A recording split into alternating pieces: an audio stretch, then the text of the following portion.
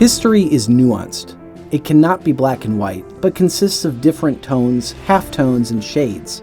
So it was with the history of the Kazakhs in the 20th century. The Kazakh people faced the most severe consequences of many tragic events. Among them was the uprising of 1916, which caused the escape of many Kazakhs to China. Another example is the terrible famine of the early 30s of the last century, which led to enormous losses of the population, including the escape of many Kazakhs to areas outside of Kazakhstan. The ancestors of today's Kazakhs living, for example, in Europe, Turkey, Uzbekistan, Russia, and China once had to actually flee from hunger and war in their native places. At the time of the collapse of the USSR, more than 5 million Kazakhs were living outside of independent Kazakhstan, which was slightly less than the Kazakhs who lived in the country at that time. According to the 1989 census, the Kazakh SSR included 39.8% Kazakhs, which was 6,550,000 among all the Union republics. This was the smallest number of representatives of the people after whom such a republic was named. But this was still more than 10 years earlier, when there had been 36% Kazakhs, and in 1959 when the country was comprised of only 30% Kazakhs. Today, 70% of the population of Kazakhstan are Kazakhs. Mainly, the high birth rate is the reason that 70% of the living Kazakhs were born after 1991. But a big role was also played by the resettlement of Kazakhs to Kazakhstan, which has been part of state policy since the formation of the independent state. After the acquisition of political independence, the issue of restoring historical justice came on the agenda. This was the most pressing issue in the first years of independence. From the very beginning, Nursultan Nazarbayev initiated and supported the process of resettlement of foreign Kazakhs to their historical homeland. The first step in this direction was the holding of the first World Kurultai of Kazakhs, which was held in 1992 in Almaty. The meeting was attended by more than 800 delegates from 33 countries. Then the first president said, Алыстан келген ағайын, ардақты отандастар. Бүгінгі күн ерекше күн, орта толды деген осы.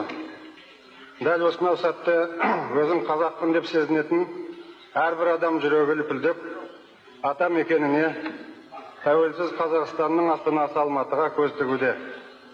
Өйткені мұнда дүние жүзінің түкпір-түкпіріндегі иісі қазақ атаулының өкілдері тұңғыш рет бастарын қосып, алқалы жиын салтанатты мәжіліс құрылтайға жиналып отыр.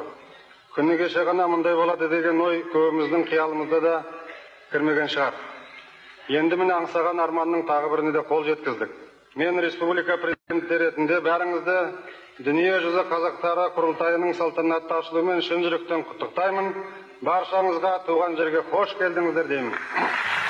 These words of Nursultan Nazarbayev carried a deep symbolism. The dream of all generations of Kazakhs about their own state was realized. Now, independent Kazakhstan was to become the center of attraction for Kazakhs from all over the world. In 1992, a special state program was launched to allocate annual quotas for repatriates. Moreover, this policy was carried out during the crisis of the 90s under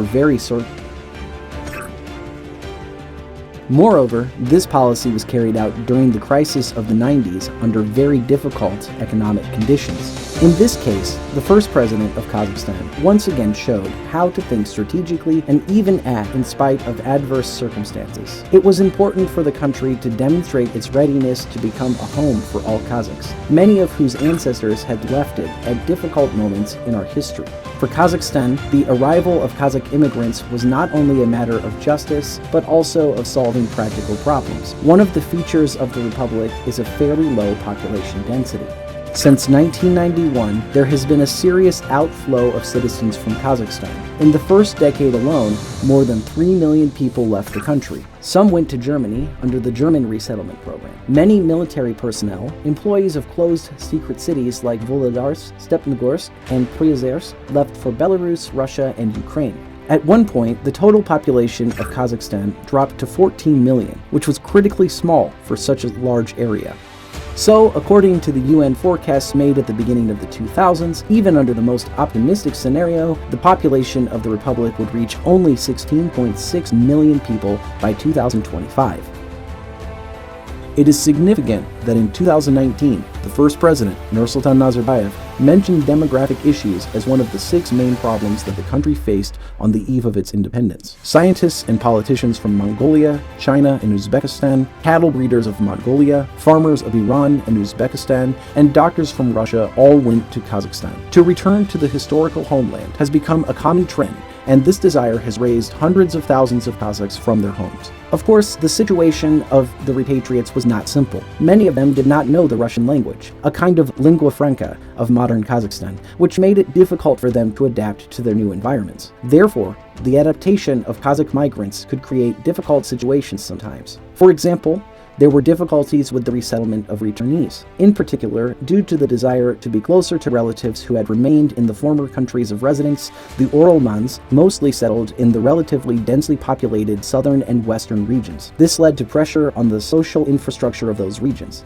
For the state, it is important to settle throughout the territory. In principle, the difficulties were unavoidable, taking into account the fact that more than 1 million people had moved to the country in a relatively short period of time. Today, about 6% of the population of Kazakhstan is made up of ethnic immigrants. It is noteworthy that at the moment, thanks to immigrants, the share of the Kazakh population has increased to about 70%. Such a factor has undoubtedly contributed to the strengthening of the position of the Kazakh culture and language within the society. The process of implementing a program for the return of ethnic Kazakhs to their homeland has never been as easy as it may seem at first glance, but it was the political will of the first president, Nursultan Nazarbayev, that was the main driver of this complex process. At that moment, when the country was facing significant economic difficulties, he insisted on the adoption of a state program that brought 1 million new citizens to Kazakhstan. Thus, he restored historical justice and set the direction of development for many years to come.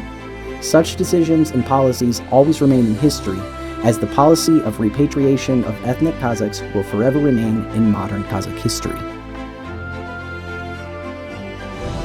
Әр қашанда жақсылықта, қуанышта кездесе берейік ағайын. Құрылтайымыздың сәтті өтуіне тілектеспін. Тағы да көріскенше күндеріміз жақсы да бақытты, қуанышты болсын.